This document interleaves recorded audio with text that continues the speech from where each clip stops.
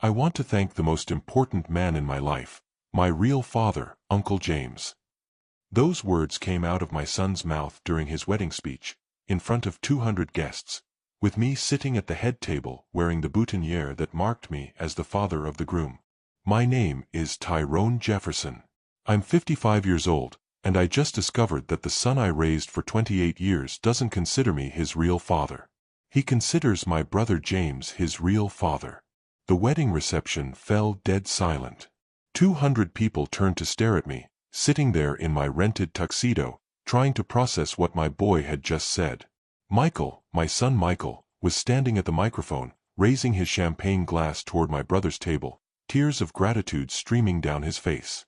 "Uncle James, you were there for every baseball game, every school play, every moment when I needed a father figure. You taught me how to be a man, how to treat my wife, how to face the world with dignity." I looked across the reception hall at James, my older brother by 3 years, the man who'd been my best man at my own wedding 30 years ago. He was crying too, raising his glass back toward Michael, accepting the thanks like he deserved them. Like he was actually Michael's father.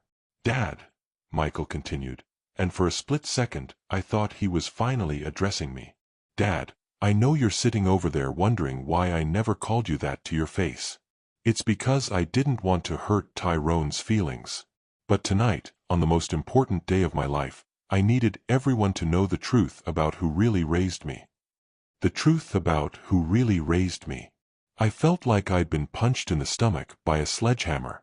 28 years of getting up before dawn to work double shifts at the auto plant. 28 years of paying for school clothes and basketball shoes and college tuition. 28 years of being called Daddy by a boy who apparently never meant it. My wife Denise was sitting next to me, her face buried in her hands, shoulders shaking with what I thought were tears of embarrassment. But when she looked up, I saw something that made my blood turn to ice. Relief. She looked relieved that the secret was finally out. Let me take you back to 1995, when this nightmare began, though I was too stupid to realize it at the time. I was 27 years old, working at the Ford plant in Atlanta, and I'd just married the most beautiful woman I'd ever seen. Denise was 24, smart, ambitious, with dreams of becoming a nurse. She worked as a receptionist at a medical clinic while taking night classes, and I was so proud to be the man she'd chosen to build a life with. James was 30 then, already established as a supervisor at the same plant where I worked. He'd been married to his high school sweetheart, Linda, for 8 years, but they couldn't have children. Something about complications from an accident Linda had in college. It was a source of pain for both of them, especially James, who'd always talked about wanting a big family. When Denise got pregnant 3 months after our wedding, James was almost as excited as I was. "You're going to be a great father, little brother," he'd say, patting my back. "And I'm going to be the best uncle that baby ever had." He was true to his word. From the moment Michael was born, James was there. He bought the crib, the stroller, more baby clothes than any infant could ever wear. He took time off work to drive Denise to doctor's appointments when I couldn't get away from my shift. "Family takes care of family," he'd say whenever I tried to thank him. I thought I was the luckiest man alive. A beautiful wife, a healthy son, and a brother who loved us enough to help however he could. But looking back now, I can see the signs I missed. The way Denise's face would light up when James walked into a room. The way she'd laugh at his jokes, really laugh, not the polite chuckle she'd give mine. The way she'd ask his opinion about everything from baby formula to what color to paint the nursery. "James has such good judgment," she'd say. "He always knows the right thing to do." When Michael was 6 months old, James started coming by the house almost every day after work. He'd hold the baby while Denise cooked dinner, read him stories, walk him around the yard when he was fussy. "You're so natural with babies," Denise would tell him. "You should have your own." "Maybe someday," James would say, but his eyes would be on Michael, not on his wife Linda. By the time Michael was walking, James had become more of a father to him than I was.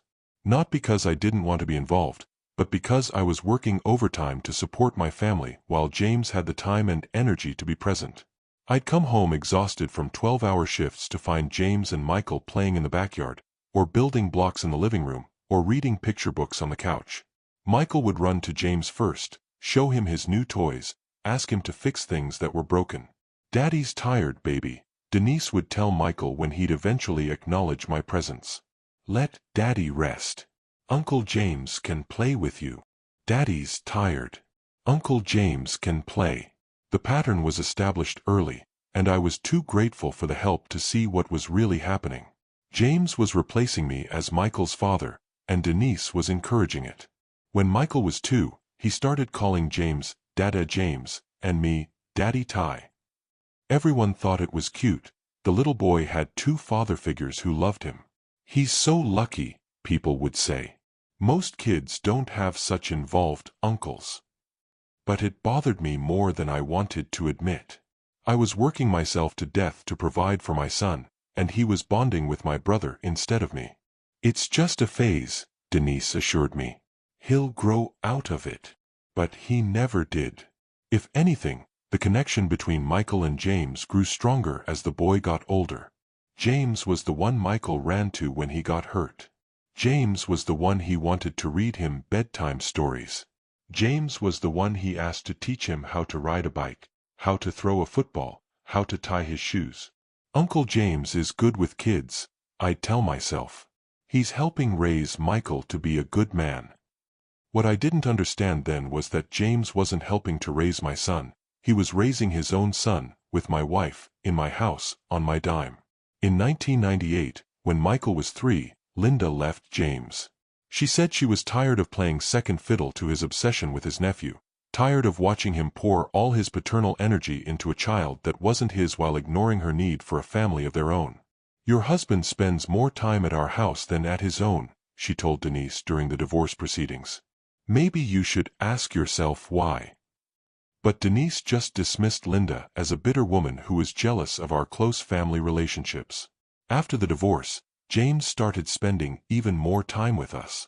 He'd eat dinner at our house most nights, help with Michael's bath time, put him to bed with stories and songs. He'd take Michael to the park on weekends while I worked overtime, to movies and baseball games and father-son activities that I was too busy to attend. "You work so hard, Ty," Denise would say. "It's good that James can fill in when you can't be there." Fill in. Like he was my substitute instead of his own man with his own motives. By the time Michael started school, James was the one attending parent-teacher conferences, school plays, and soccer games. He was the one Michael called when he was sick at school, the one teachers assumed was the father when they needed to discuss the boy's progress. "Mr. Jefferson," they'd say to James, not realizing they were talking to Uncle James instead of Daddy Tyrone.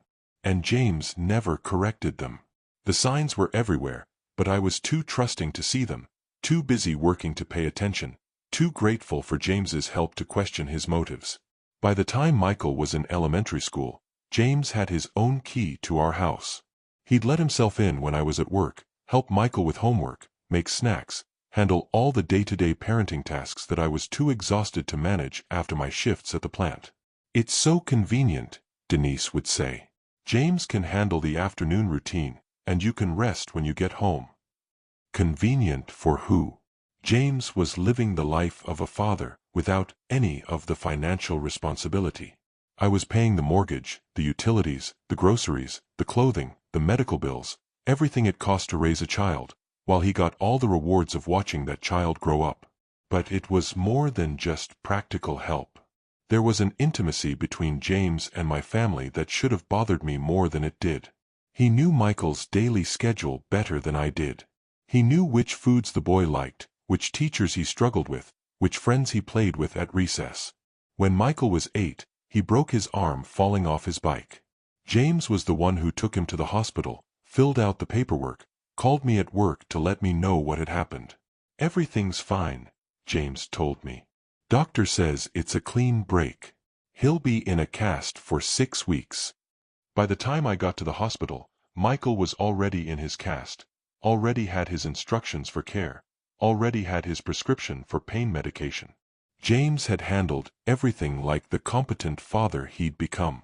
"Dada James took good care of me," Michael told me, snuggled up against James's chest while I stood there feeling like an outsider in my own son's medical crisis.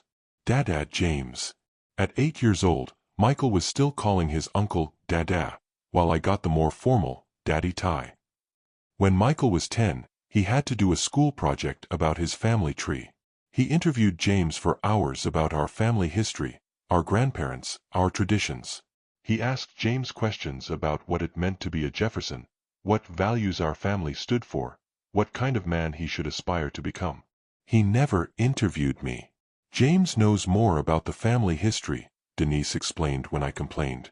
He's older, he remembers more stories from when you were kids. But it wasn't about family history. It was about Michael seeing James as the patriarch of our family, the man whose wisdom and guidance mattered most. At Michael's middle school graduation, James sat between me and Denise, accepting congratulations from other parents like he was Michael's father.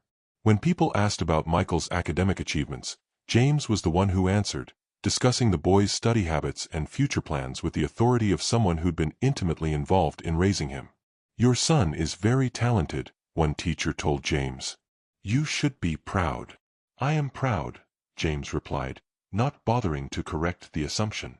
And I just sat there, letting it happen, because I was used to James being the primary father figure in Michael's life. High school brought new challenges, and James was there for all of them. When Michael struggled with math, James hired a tutor. When Michael wanted to play basketball, James bought the equipment and attended every game. When Michael had his first heartbreak, James was the one who talked him through it. "Dad gave me great advice about girls," Michael told his friends, and they all assumed he meant me until they met James and saw the real relationship.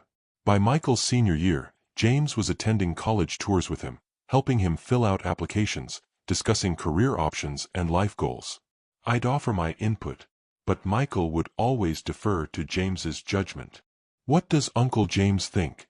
he'd ask whenever I'd suggest something. "What does Uncle James think?" Not, "What do you think, Dad?" but, "What does Uncle James think?" When Michael graduated valedictorian, James was the one he thanked in his speech. "I want to thank my Uncle James for always believing in me and pushing me to be my best." I was sitting in the audience, proud of my son's achievement, but hurt that he'd thanked his uncle instead of his father. Denise squeezed my hand and whispered, "He thanks you every day by being such a good kid." But that wasn't enough. I wanted public acknowledgement, public recognition that I was Michael's father and that I'd played a role in his success. I never got it. College brought some distance, but James maintained his primary role in Michael's life even from afar. He was the one Michael called with problems, the one whose advice he sought on everything from choosing classes to handling roommate conflicts. "How's Michael doing?" people would ask me. "I don't know," I'd have to admit. "He talks to James more than he talks to me." When Michael announced his engagement to Sarah, a wonderful girl he'd met in college, James was the first person he called with the news. James was the one he asked to help plan the proposal. James was the one who went with him to pick out the ring. "I want Uncle James to walk Sarah's father through the family traditions," Michael told me. "He knows more about what the Jefferson men are supposed to do at weddings." The Jefferson men. Like I wasn't a Jefferson man. Like I hadn't been married, hadn't raised a son, hadn't earned the right to pass down family traditions to the next generation. But I went along with it, like I'd gone along with everything else for 28 years, because I thought Michael would eventually recognize me as his real father. I thought wrong. The worst part about being slowly replaced as a father is that you participate in your own displacement. Every time I chose work over a school play, every time I was too tired to help with homework, every time I let James handle a parenting responsibility because it was easier than doing it myself, I was training my son to see his uncle as his real father. But I had no choice. Someone had to pay for Michael's life, the house, the food, the clothes, the activities, the education. While James got to be the fun, involved, present father figure, I had to be the provider, the workhorse, the man who sacrificed time with his son to ensure his son had everything he needed. The irony was suffocating. I was working myself to death to give Michael opportunities, while James was there to enjoy those opportunities with him. When Michael started playing basketball in high school, I'd work double shifts to pay for the equipment, the team fees, the travel expenses. But James was the one who attended every game, cheered from the sidelines, took Michael out for celebratory dinners after victories. "Dad's working to pay for all this," Michael would tell his teammates, gesturing toward James.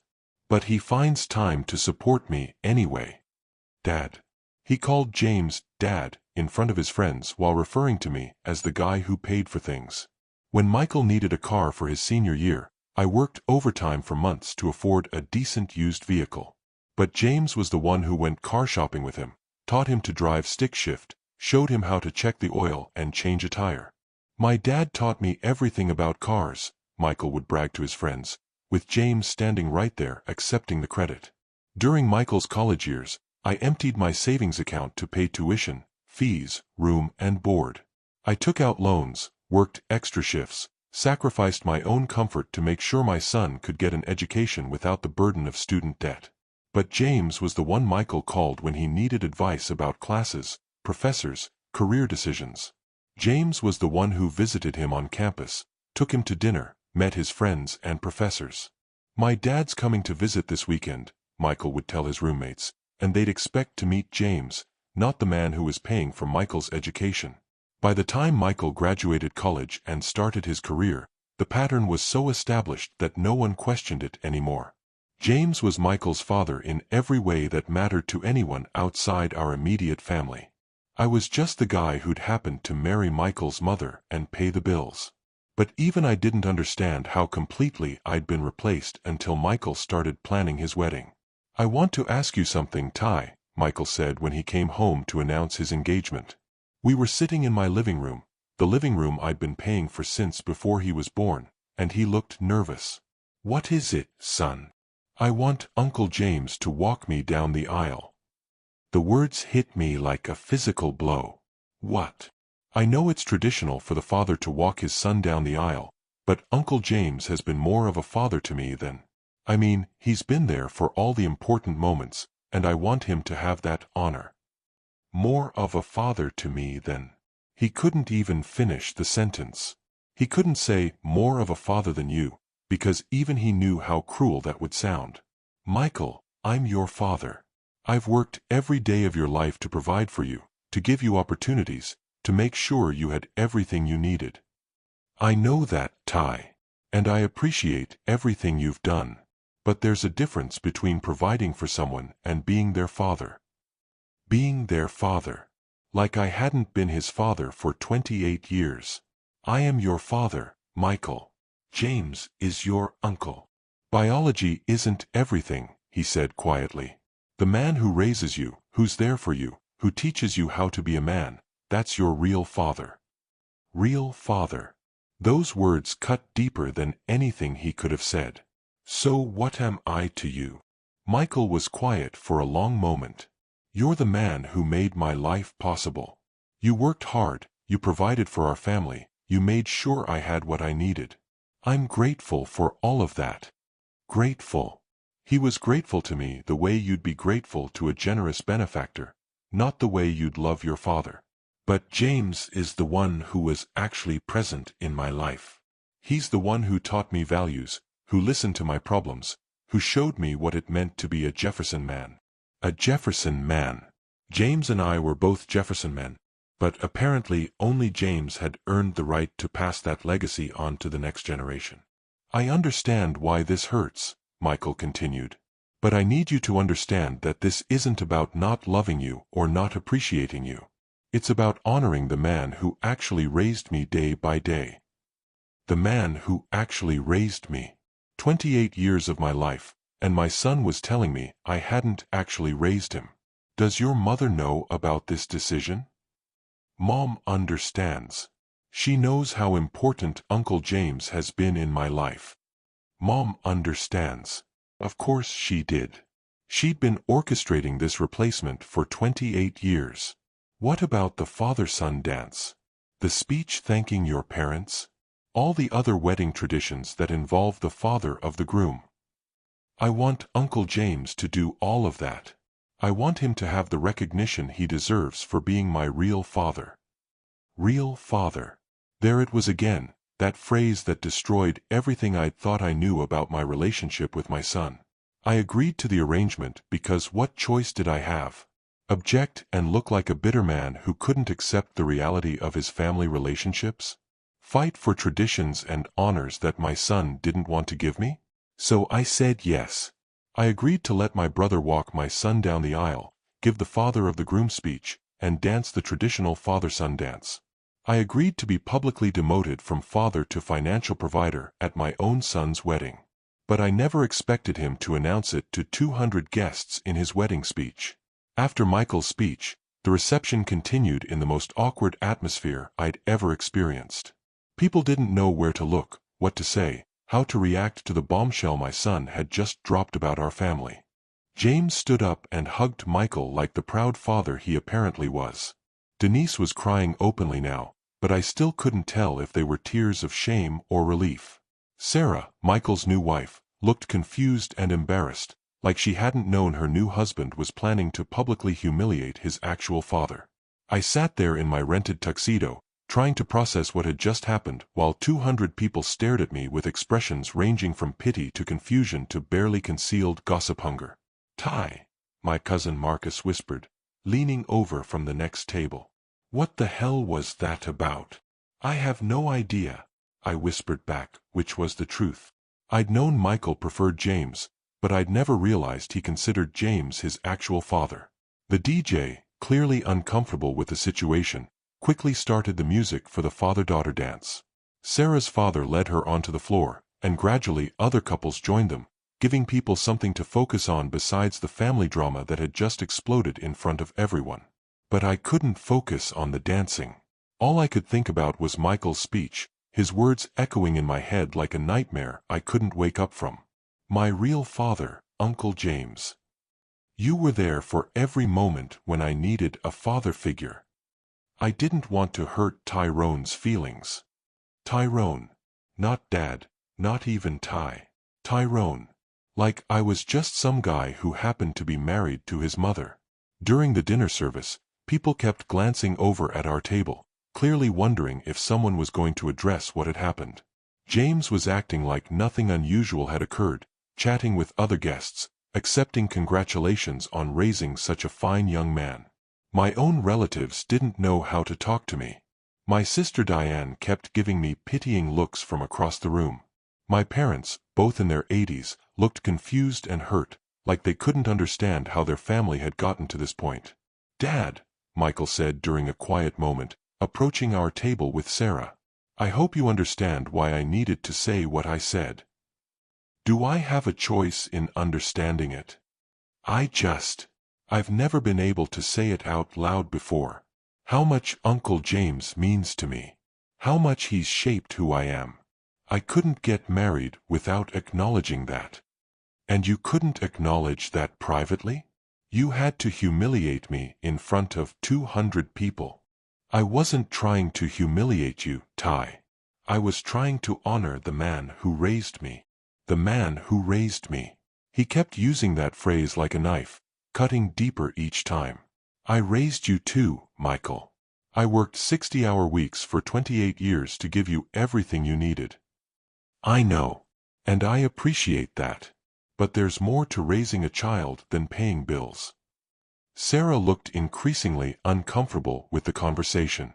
"Maybe we should talk about this later," she suggested. "When we can have some privacy." "No," I said, my voice getting louder than I intended. "I want to talk about this now. I want to understand how my son can stand in front of 200 people and call his uncle his real father while I'm sitting right there." People at nearby tables had stopped eating to listen to our conversation. "You want to know the truth?" Michael said, his own voice rising. "The truth is that Uncle James was the one who showed up. He was there for soccer games, school plays, homework help, dating advice, college tours. You were at work. I was at work to pay for the soccer teams and the school supplies and the college tuition. I know that. I'm grateful for that. But being grateful to someone for financial support isn't the same as seeing them as your father." The entire reception hall was quiet now, everyone openly listening to our argument. "So what am I to you, Michael? What have I been to you for 28 years? Michael looked at me for a long moment, and I saw something in his eyes I'd never seen before. Not anger, not hatred, but something worse. Indifference.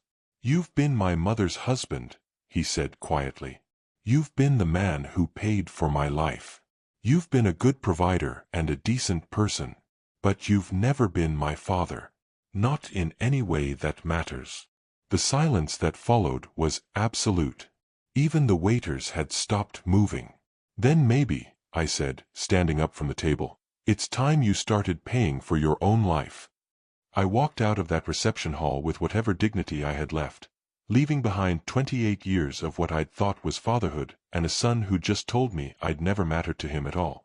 I didn't go home that night.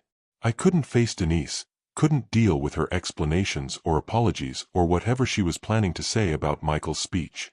Instead, I drove to a hotel and sat in the dark, trying to understand how my life had gotten so completely derailed. The next morning, I started looking for answers. I called Michael's college roommate, a kid named Kevin who'd graduated with him and stayed in touch. "Kevin, I need to ask you something, and I need you to be honest with me." "Sure, Mr. Jefferson. What's up?" When Michael talked about his family, when he mentioned his father, who was he referring to? There was a long pause. "Mr. Jefferson, this feels like something I shouldn't get involved in."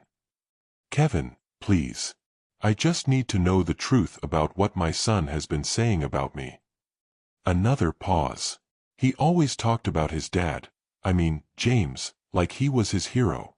He'd tell stories about James teaching him to drive, taking him to games, helping him with girl problems. "Honestly, I didn't even know you existed until graduation when you showed up." "I didn't even know you existed. What did Michael tell people about me?" "He said you were his mom's husband.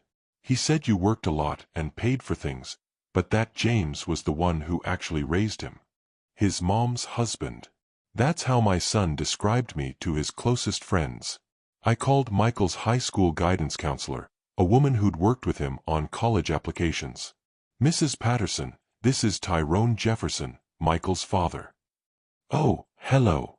You must mean James Jefferson." "Yes, I remember Michael very well. His father was so involved in his education." "No, I'm Tyrone Jefferson. Michael's actual father. James is his uncle." I'm confused. Michael always referred to James as his father. James was the one who came to all the meetings, signed the paperwork, made decisions about Michael's academic future. James had been signing my son's school paperwork as his father. 4 years. I called the basketball coach from Michael's high school team. "Coach Williams, this is Tyrone Jefferson." "I don't recognize that name." "Michael Jefferson's father." "Oh, you mean James Jefferson. Great guy. Never missed a game. Always supportive, always there when Michael needed him. You related to them somehow." You related to them somehow. The man didn't even know I existed. I'm Michael's biological father. I'm the one who paid for his equipment, his team fees, his tournaments. Ha! Well, James was the one we dealt with directly. Michael always introduced him as his dad. Every phone call was the same story. Teachers, coaches, friends, mentors, everyone in Michael's life knew James as his father and had no idea who I was. But the most devastating call was to Michael's college advisor, Dr. Elizabeth Morgan. "Dr. Morgan, I'm calling about Michael Jefferson, one of your former students." "Yes, Michael. Wonderful young man. How can I help you?" "I'm his father, and I wanted to thank you for the guidance you gave him during his college years." "His father? But I've met his father several times. James Jefferson. Lovely man, very proud of Michael's achievements." "I'm his biological father. Tyrone Jefferson. I'm sorry, but that doesn't ring a bell. Michael never mentioned anyone named Tyrone. Are you perhaps a stepfather, or?" "I'm his biological father. I've been married to his mother for 30 years. That's very strange." Michael spoke about his family often, and he always talked about James as his father. There was never any mention of a Tyrone or a stepfather situation. No mention of a Tyrone. My son had spent 4 years in college without ever mentioning my existence to his academic advisor. The phone calls painted a clear picture. For his entire life, Michael had been presenting James as his father to everyone who mattered.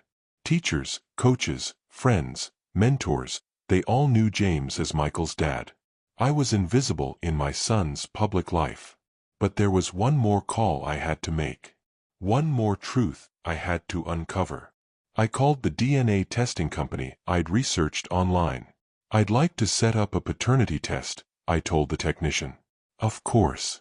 How old is the child in question? 28. And does the child know you're requesting this test? No. And I don't want him to know until I have the results.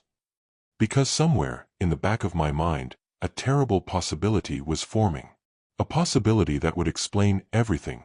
Michael's attachment to James, Denise's behavior, the complete rejection of me as a father figure. What if Michael wasn't actually my son at all? 3 days after the wedding, I confronted Denise in our living room with the printouts from all my phone calls. Teachers, coaches, advisors, all the people who knew James as Michael's father and had never heard of me. Denise, we need to talk. She looked up from her magazine, still avoiding eye contact like she had since the wedding speech. What do you want to talk about? I want to talk about how our son introduced another man as his father in front of 200 people. I want to talk about how everyone in Michael's life knows James as his dad and has no idea who I am.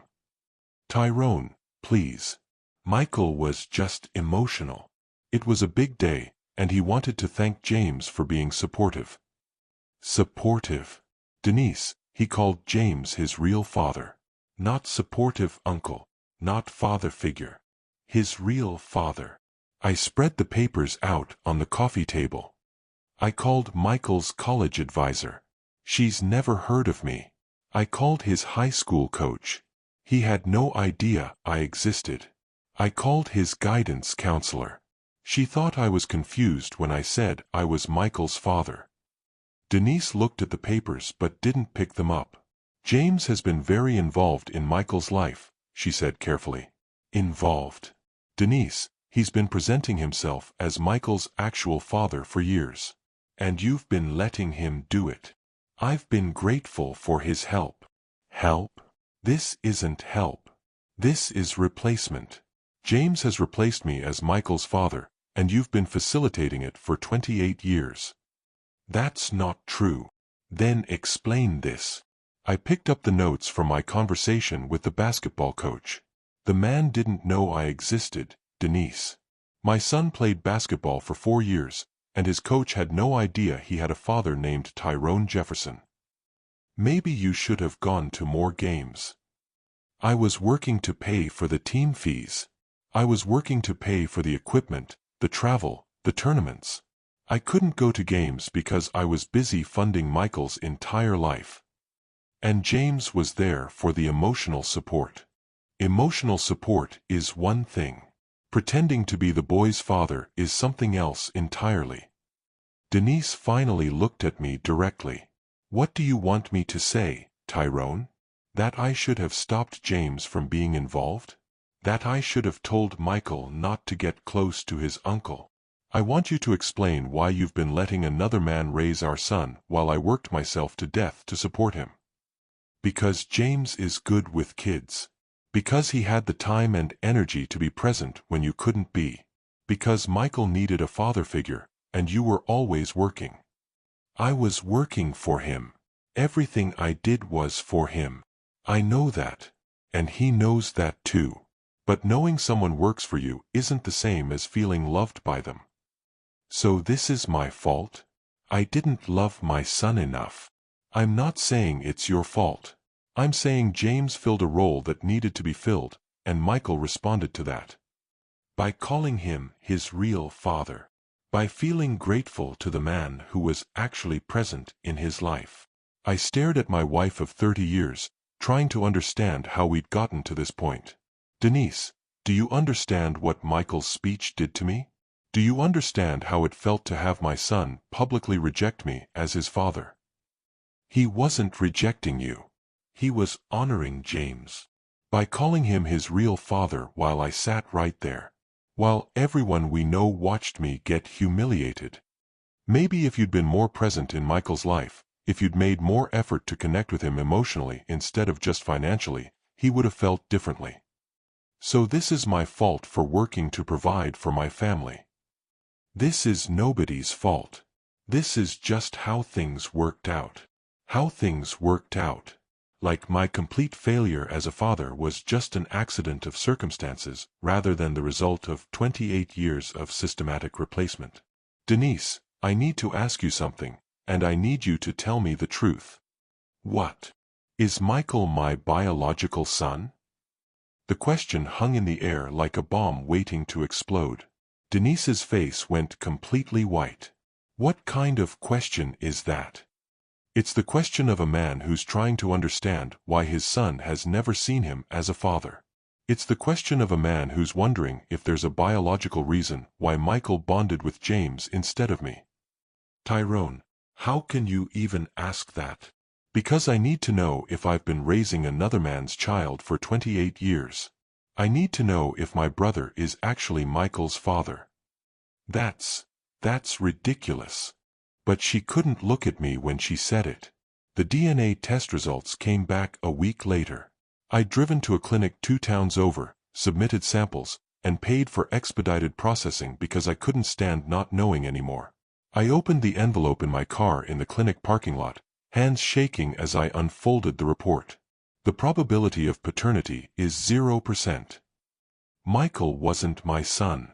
After 28 years of believing I was his father, of working myself nearly to death to provide for him, of accepting his preference for James as just a quirk of personality, I learned the truth. James was Michael's biological father. My wife had been having an affair with my brother, and I'd been raising their child my entire adult life. I sat in that parking lot for an hour, staring at the report, trying to process the complete destruction of everything I'd thought I knew about my life. My son wasn't my son. My wife had been cheating on me for 28 years.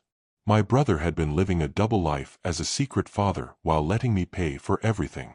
The wedding speech suddenly made perfect sense. Michael had called James his real father, because James actually was his real father. The bond between them that I'd never understood, the easy affection, the natural connection. It was a biological relationship I'd been watching from the outside my entire marriage. I drove home in a daze, walked into my house, and found Denise cooking dinner like it was just another normal evening. "How was your day?" she asked without looking up from the stove. "Educational," I said, placing the DNA report on the kitchen counter. She glanced at the paper, saw the clinic letterhead, and her face went completely white. "Tyrone, what is this?" "It's a paternity test. It says there's a 0% chance that Michael is my biological son." She put down the wooden spoon she'd been using and turned to face me. "Why would you do that? Why would you get a paternity test?" "Because I needed to know why my son never saw me as his father. Because I needed to understand why he bonded with James instead of me. Because I needed to know if I'd been living a lie for 28 years. And now you know. Now I know that my wife has been cheating on me with my brother since before Michael was born. Now I know that I've been working double shifts to support another man's child. Now I know that everyone in this family has been lying to me for 3 decades. Denise started crying, but I felt no sympathy for her tears. "It wasn't supposed to happen," she said. "James and I. It was just one time right after we got married. We were both drunk. We made a mistake. One time. Denise, you don't maintain the kind of relationship you and James have from one drunken mistake 28 years ago." "Okay, it was more than once. But it ended when Michael was born. We agreed it had to end. When Michael was born. So you knew from the beginning that he might not be mine. We hoped. We thought maybe he was yours. We wanted him to be yours. But you knew he might be James's." "Yes. And you never told me. You let me name him, raise him, love him, support him, thinking he was my biological son. Because you were a good father to him. Because he needed a stable home and financial support. I was a good provider. James was his father. James couldn't support a child on his own. He was just getting divorced, he didn't have custody experience, he wasn't ready to be a single father. So you used me. We gave Michael the best of both worlds. Financial security from you, emotional connection from James. You gave Michael two fathers while lying to both of us about what was really happening. We were trying to do what was best for everyone. What was best for everyone? Denise, I've spent 28 years believing I was a failure as a father because my son preferred his uncle. Do you have any idea what that did to my self-esteem, my sense of identity, my relationship with Michael? We thought it would work out. We thought you'd be happy being Michael's dad regardless of biology. Happy being Michael's dad while his real father got all the love, respect, and emotional connection? Happy paying for another man's child to grow up calling someone else his real father? She didn't answer. Does James know? Does he know Michael is his biological son? Yes. He's always known. So I'm the only one who's been living in ignorance. Everyone else in this family has known the truth except me. Tyrone, please. We can work through this. Michael loves you, even if he doesn't express it the way you'd like. Michael doesn't love me, Denise. He's grateful to me. There's a difference. I needed someone to talk to, someone who wasn't part of the lie that had consumed my life. So I called my sister Diane, the only family member I trusted to tell me the truth. Diane, I need to see you. Tonight. Tyrone, what's wrong? You sound terrible. Everything's wrong. Can you come over? I'll be there in 20 minutes. When Diane arrived, I showed her the DNA test results and told her everything. The wedding speech, the phone calls to Michael's teachers and coaches, the realization that I'd been completely excluded from my son's emotional life. Jesus Christ, Tyrone, she said after reading the report. How long has this been going on? 28 years. Since before Michael was born. And you had no idea? I thought James was just being a good uncle. I thought Michael preferring him was just one of those things kids do sometimes. What are you going to do? I don't know. I'm 55 years old, and I just found out my entire adult life has been based on a lie. Diane was quiet for a moment, then asked the question I'd been dreading. Did you ever suspect? Even once? I thought about it, honestly. Maybe. There were moments when I wondered why Michael never seemed to connect with me the way he connected with James. But I always told myself it was because I was working so much, because James had more time to spend with him. And Denise never said anything? Never hinted that something was going on. She always encouraged the relationship between Michael and James. She'd say things like, James is so good with kids, or, Michael needs a male role model when you're working. I thought she was just grateful for the help. She was covering for an affair. For 28 years. Diane shook her head. What about James? How are you going to handle him? I don't know. He's my brother, but he's also the man who's been living off my labor while secretly raising his own son. He let me work myself nearly to death to support his child while he got all the emotional rewards of being a father. Are you going to tell Michael? I don't know. What's the point? He already sees James as his real father. Finding out it's biologically true won't change anything except maybe make him feel sorry for me. You deserve to have him know the truth. Do I? Or do I deserve to maintain whatever dignity I have left? But the decision was made for me the next day when Michael called. Ty, we need to talk. Mom told me about the DNA test. She told you. She thought I should know. She thought it might help explain why I've always felt closer to Uncle James. And how do you feel about it? Honestly, relieved. It explains everything. The way I've always felt about you versus James, the way James has always been so invested in my life, the way Mom always encouraged our relationship. Relieved. My son was relieved to learn I wasn't his biological father. Michael, I want you to understand something. Biology doesn't change the fact that I've loved you and supported you for 28 years. I know that, Ty. And I'm grateful. But it does explain why I never felt like your son. Why I always felt like James understood me better, like we had some kind of natural connection. Because you do. You're his biological son. Yeah. And now that I know that, I can stop feeling guilty about preferring him over you. Stop feeling guilty. Like the only thing that had been holding him back from completely rejecting me was misplaced guilt about hurting his non-father's feelings. So what happens now? I asked. Now we can all stop pretending. James can be my father openly, you can be, I don't know, a family friend who helped raise me, and Mom can stop managing everyone's feelings about the situation. A family friend who helped raise me. 28 years of my life, and I'd been demoted to family friend. After talking to Michael, I realized I had 3 choices: accept the situation and fade quietly into the background of their lives, disappear entirely and let them live their truth without me, or make them face the consequences of what they'd done to me. I chose option 3.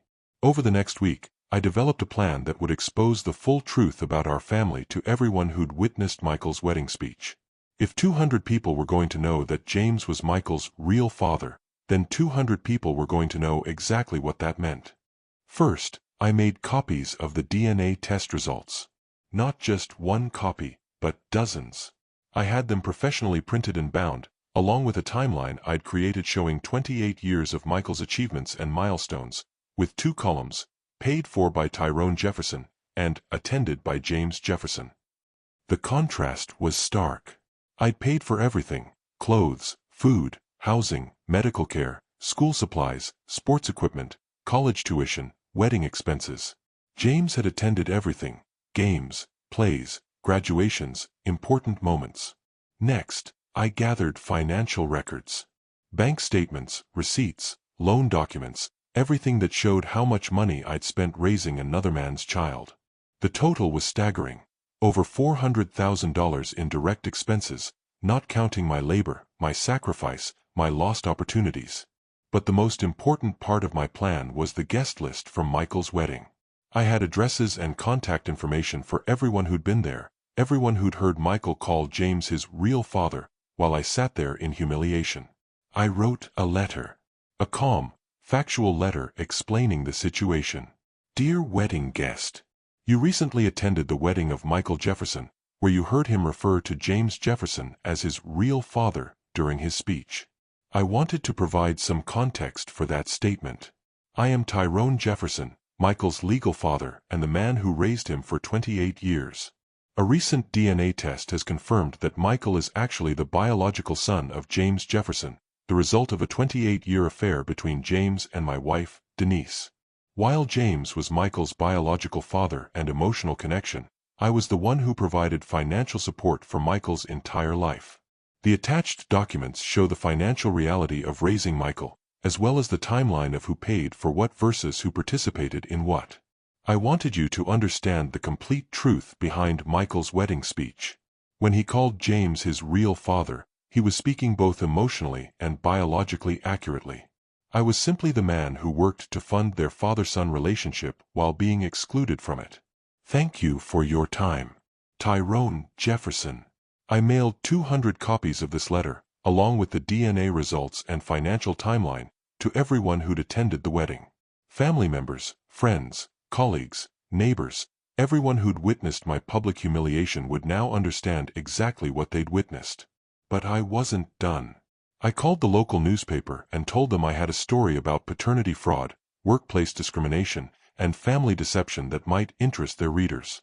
Small-town newspapers love stories about local scandal, especially when they involve wealthy families with social standing. I also contacted my employer's HR department and filed a complaint about James, who as my supervisor had been in a position of power while carrying on an affair with my wife and allowing me to unknowingly support his biological child. The company took these kinds of ethical violations seriously. Finally, I hired a lawyer and filed a lawsuit against both Denise and James for fraud, emotional distress, and financial damages. 28 years of supporting another man's child under false pretenses had to have some legal consequences. The lawyer was optimistic about the financial case. Paternity fraud is increasingly recognized as grounds for restitution, he told me.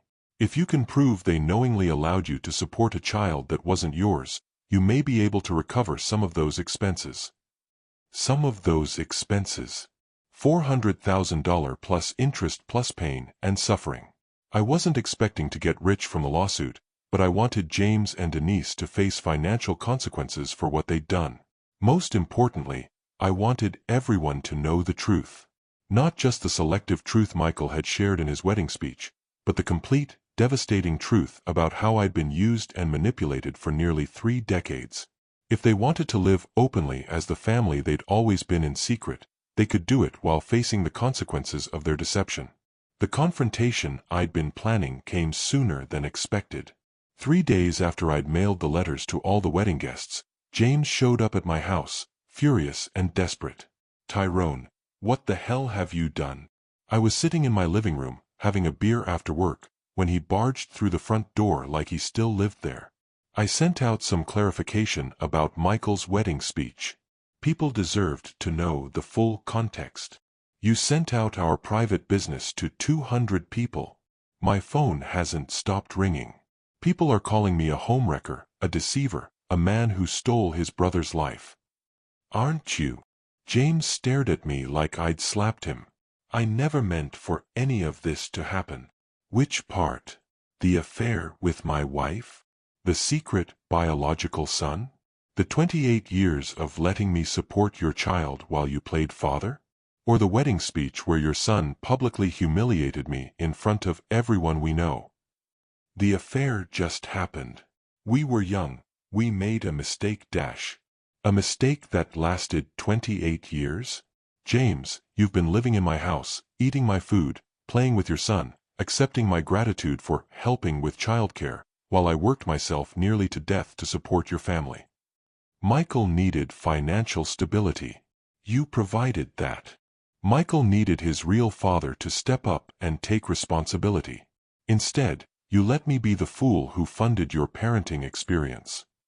James sat down heavily on my couch, the couch I'd been making payments on for years while he enjoyed the comfortable home I'd provided for his secret family. "What do you want, Tyrone?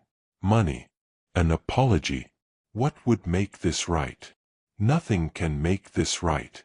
28 years of my life are gone. 28 years of believing I was a father, working to support a son, accepting that I was just naturally bad at connecting with my child, all based on lies you and Denise have been telling. You were a good father to Michael. I was a good provider for your son. There's a difference. Biology doesn't matter. You raised him, you loved him. Biology does matter when it explains everything I never understood about my own life. It matters when it explains why Michael never bonded with me, why he always preferred you, why he felt comfortable calling you his real father in front of 200 people. He didn't mean to hurt you with that speech." "Yes, he did. Maybe not consciously, but he wanted everyone to know who his real father was. And now they do. They know you're his biological father, and they know I was the fool who paid for everything while you got all the love and respect." James put his head in his hands. "The newspaper called me. They want to do a story. Good. Everyone should know what kind of man you are. My job is in jeopardy. HR is investigating our relationship. The company is worried about liability if you sue for workplace harassment. You should have thought about that before you started screwing your subordinate's wife and raising his son." Denise is devastated. She's talking about moving away, starting over somewhere else. Let her go. She should have left 28 years ago if she wanted to be with you. And Michael? He's confused. He doesn't understand why you're doing this now. Michael understands perfectly. He got what he wanted, public acknowledgement that James is his real father. Now he gets to live with the consequences of that acknowledgement. What consequences? You're destroying our family over something that happened decades ago. I looked at my brother, the man who'd been my best man, my co-worker, my trusted family member, the person I believed loved me enough to help raise my son out of pure generosity.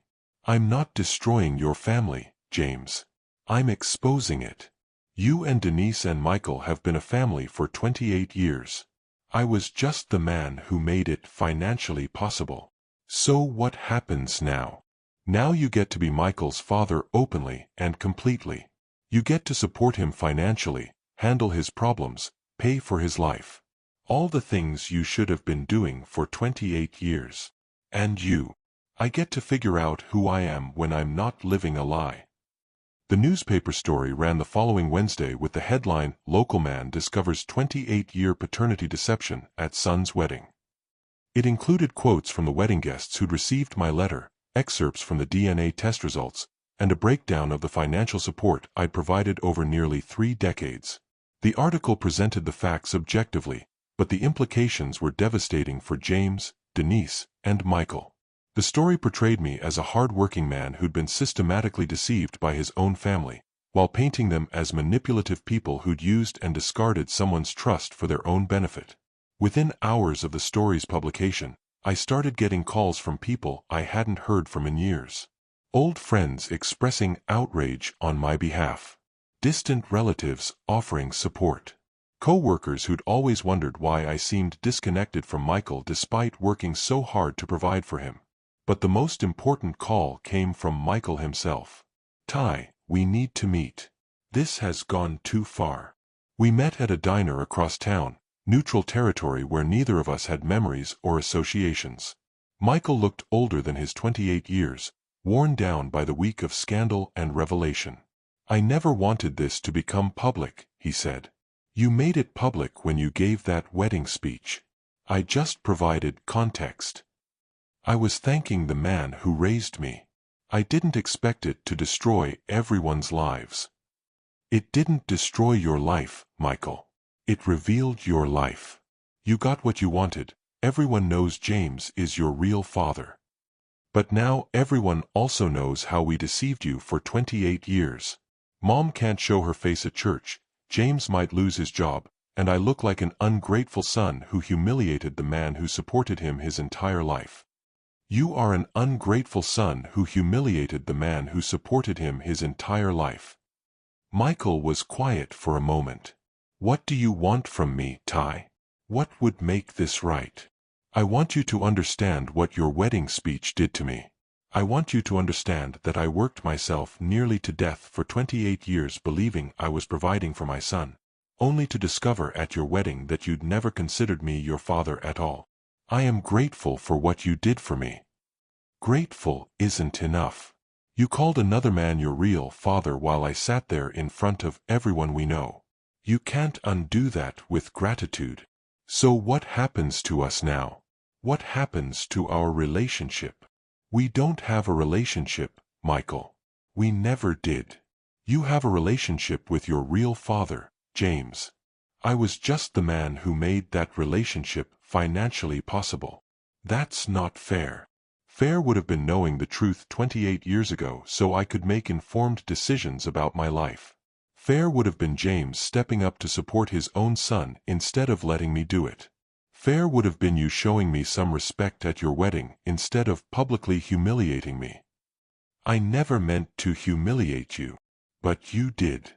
And now everyone knows exactly what kind of family we really are. The consequences of my revelation spread through our community like wildfire. Within 2 weeks, James had been suspended from his supervisor position pending a full investigation. The company couldn't allow a manager who'd been involved in a decades-long deception with a subordinate's family to continue in a position of authority. Denise lost her job at the medical clinic where she'd worked for 15 years. Her employer couldn't trust someone who'd maintained such an elaborate personal deception to handle confidential patient information. Michael's law firm received several anonymous complaints about his character and judgment, questioning whether someone who could publicly humiliate a family member was suitable for practicing law. While he didn't lose his job, his path to partnership became significantly more complicated. But the most satisfying consequence was social. Our church, our neighborhood, our extended family all understood exactly what had happened and who was responsible. The sympathy and support I received was overwhelming, while James, Denise, and Michael found themselves increasingly isolated.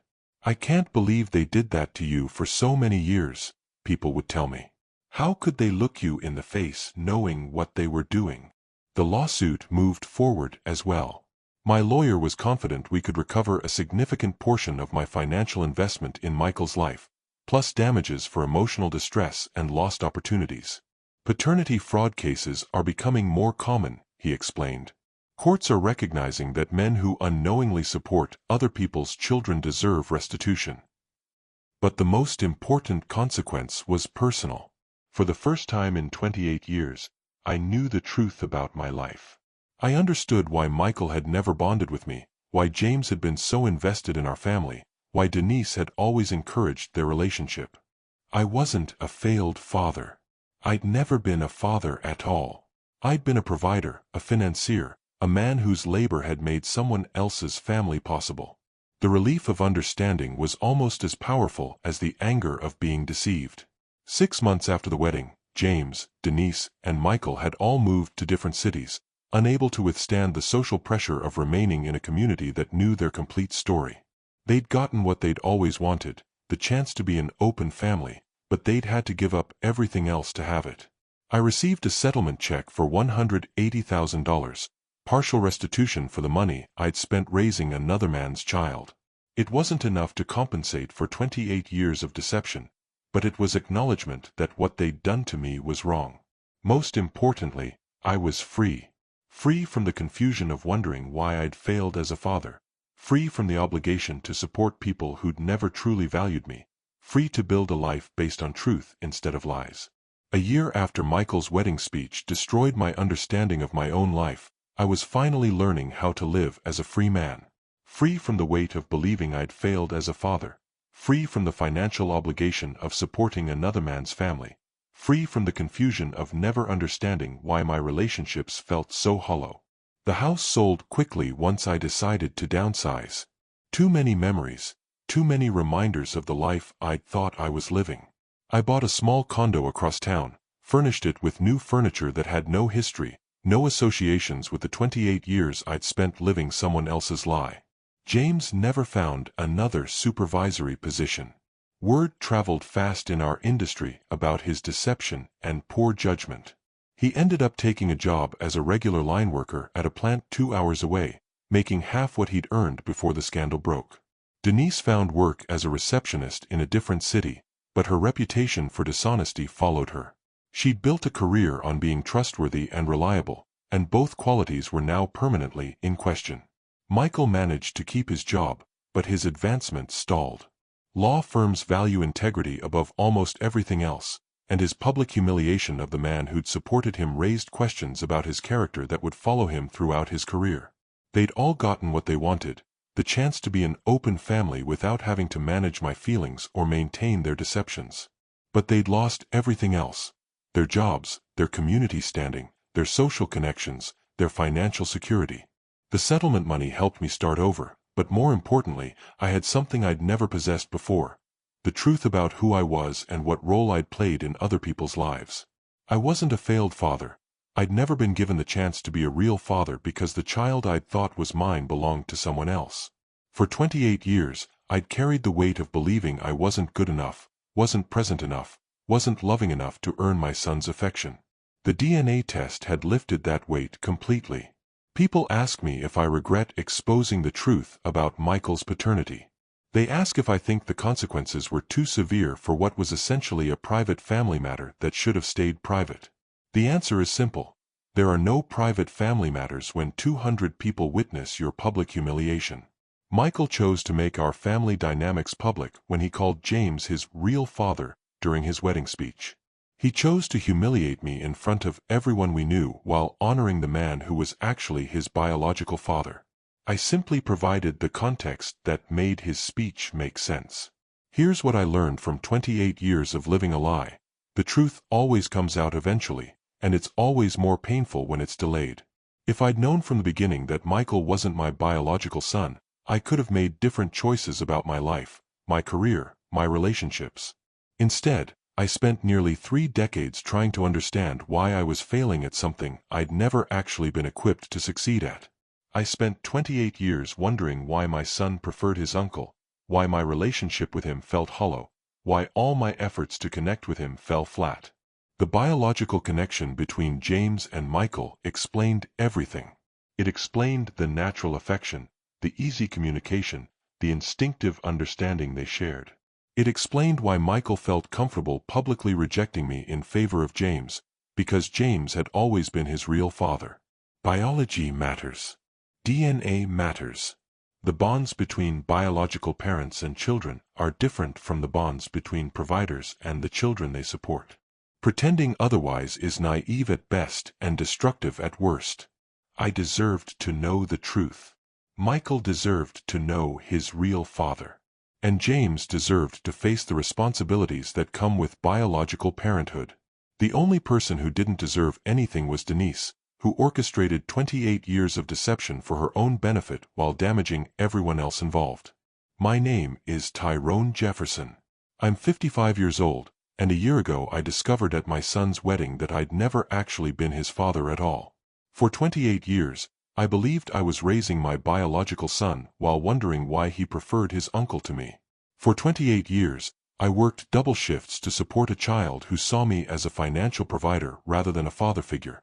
For 28 years, I carried the weight of believing I was somehow failing at the most important job of my life. The truth was simpler and more devastating. My wife had been having an affair with my brother since before Michael was born, and I'd been unknowingly raising their biological child while they maintained their real family relationship in secret. When Michael gave his wedding speech thanking his real father, Uncle James, he was speaking both emotionally and biologically accurately. I was just the man who'd made their father-son relationship financially possible while being excluded from it emotionally. The consequences of revealing this truth destroyed their careers, their community standing, and their comfortable deception. But it freed me from 28 years of confusion and self-doubt about why I'd never been good enough to earn my own son's love. I hadn't failed as a father. I'd never been given the chance to be his father because he already had one. Sometimes the cruelest truth is also the most liberating. Sometimes learning you were never actually what you thought you were is the key to figuring out who you really are. Look at your screen right now. You'll see 2 more stories waiting for you. Both from men like me who discovered the truth too late, but not too late to fight back. Click on whichever one speaks to you. And hit that notification bell if you want to join our brotherhood of men who refuse to be played for fools. Until next time, remember, the truth always comes out, and when it does, be ready.